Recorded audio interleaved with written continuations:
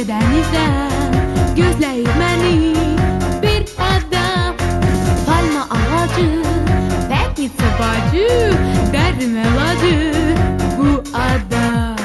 10 il aktardım, dünyanı gezdim, nihayet taptım ben onu. Her şeyi attım, heveslenmedim, ben burada taptım arzumu. Yuxuda onu mən görmüşəm, bilmirəm tapım bəs harda da. Qayğısızsa da, sonsuz dənizdə, ancaq harfımda qalacaq.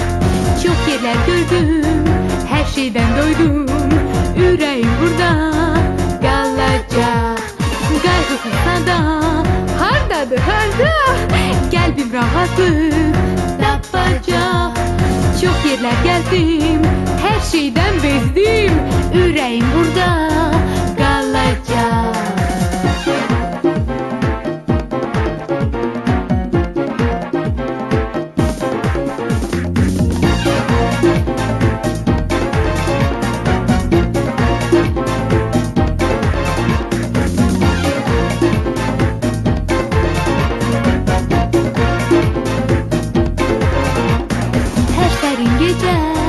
Semada ince, sarışır ulduz yüksekte.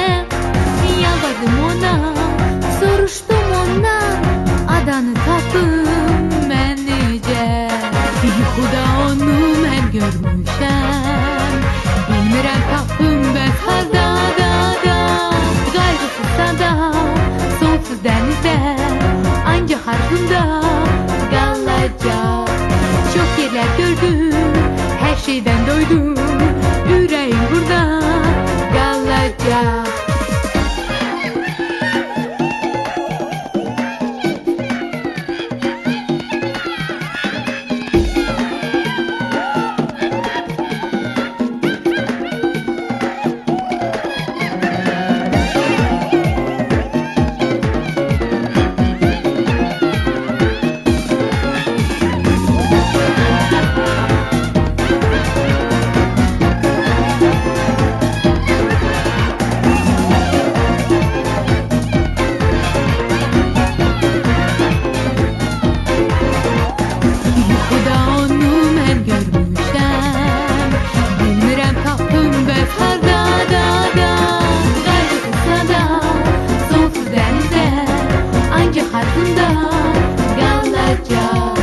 Çok yerler gördüm, her şeyden doydum, yüreğim burada kalacak.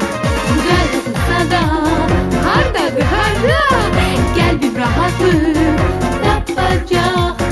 Çok yerler gezdim, her şeyden bezdim, yüreğim burada